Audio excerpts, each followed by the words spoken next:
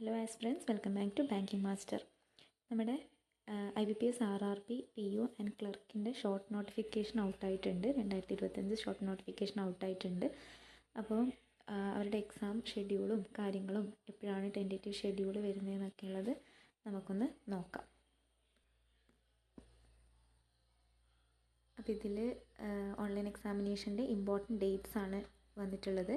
Online രജിസ്ട്രേഷനും payment of application ഫീസും intimation ചാർജസൊക്കെ വന്നിരിക്കുന്നത് 1/9/2025 മുതൽ 21/9/2025, അതായത് സെപ്റ്റംബർ 1 മുതൽ സെപ്റ്റംബർ 21 വരെയുള്ള ഡേറ്റാണ് നമ്മുടെ ഓൺലൈൻ രജിസ്ട്രേഷന് വേണ്ടിയിട്ടും അപ്ലിക്കേഷൻ ഫീസ് പേയ്മെൻറ്റിന് വേണ്ടിയിട്ടുള്ള ടൈം തന്നിട്ടുള്ളത്.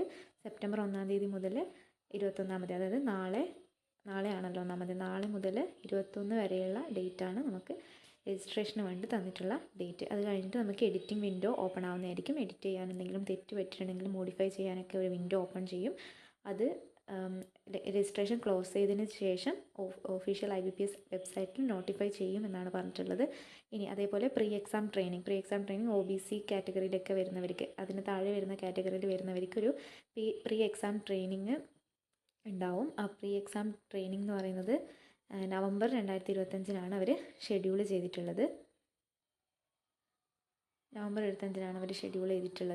ഇനി ഓൺലൈൻ എക്സാമിനേഷൻ, ഓഫീസ് അസിസ്റ്റൻറ്റിൻ്റെ ഓൺലൈൻ എക്സാമിനേഷൻ എന്ന് പറയുന്നത്, അതായത് POൻ്റെ ഓൺലൈൻ എക്സാമിനേഷൻ എന്ന് പറയുന്നത് നവംബർ അല്ലെങ്കിൽ ഡിസംബർ 2025 ഷെഡ്യൂൾ ചെയ്തിട്ടുള്ളത്. നമ്മൾ മുമ്പ് ടെൻറ്റേറ്റീവ് ഷെഡ്യൂൾ കണ്ടതാണ്.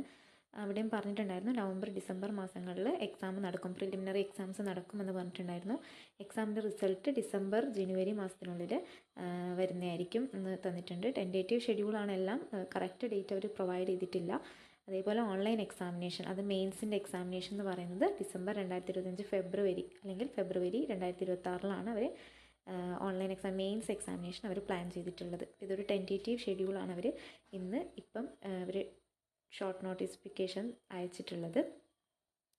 അപ്പോൾ ബാക്കിയുള്ള അപ്ഡേറ്റ്സിനൊക്കെ വേണ്ടിയിട്ട് അവർ സൈറ്റ് നിരന്തരം റെഗുലർലി വിസിറ്റ് ചെയ്യാൻ വേണ്ടി പറഞ്ഞിട്ടുണ്ട്.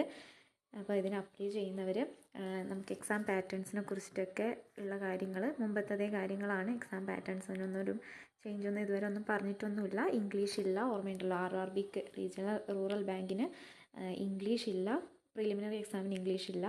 അവർ റീസണിങ്ങും ക്വാണ്ടും മാത്രമാണ് അവർ പ്രൊവൈഡ് ചെയ്യുന്ന 2 എക്സാംസ്. 45 മിനിറ്റിൻ്റെ എക്സാമാണ്. സ്കോർ ചെയ്യാൻ ഏറ്റവും എളുപ്പമുള്ളൊരു എക്സാമാണ്. അതേപോലെ കട്ട് ഓഫും കുറച്ച് കൂടുതലായിരിക്കും. എന്നാൽ പോലും അത്യാവശ്യം റീസണിങ് നമുക്ക് എല്ലാം അറ്റൻഡ് ചെയ്യാൻ പറ്റുന്ന രീതിയിൽ തന്നെയാണുള്ളത്. ക്വാണ്ടും എല്ലാം അറ്റൻഡ് ചെയ്യുന്ന പറ്റുന്ന രീതിയിൽ തന്നെയാണ് ഉണ്ടാവുക. ക്വാണ്ടായിരിക്കും കുറച്ചും കൂടി ടൈം കൺസ്യൂമിംഗ് ആയിട്ട് തോന്നുന്നത്. പക്ഷേ റീസണിങ് നമുക്ക് എല്ലാ ക്വസ്റ്റ്യൻസും അറ്റൻഡ് ചെയ്യാൻ പറ്റുന്ന രീതിയിൽ തന്നെയാണ് RRBൻ്റെ മോക്ക് ടെസ്റ്റൊക്കെ അറ്റൻഡ് ചെയ്യുമ്പോൾ തോന്നിയിട്ടുള്ളത്.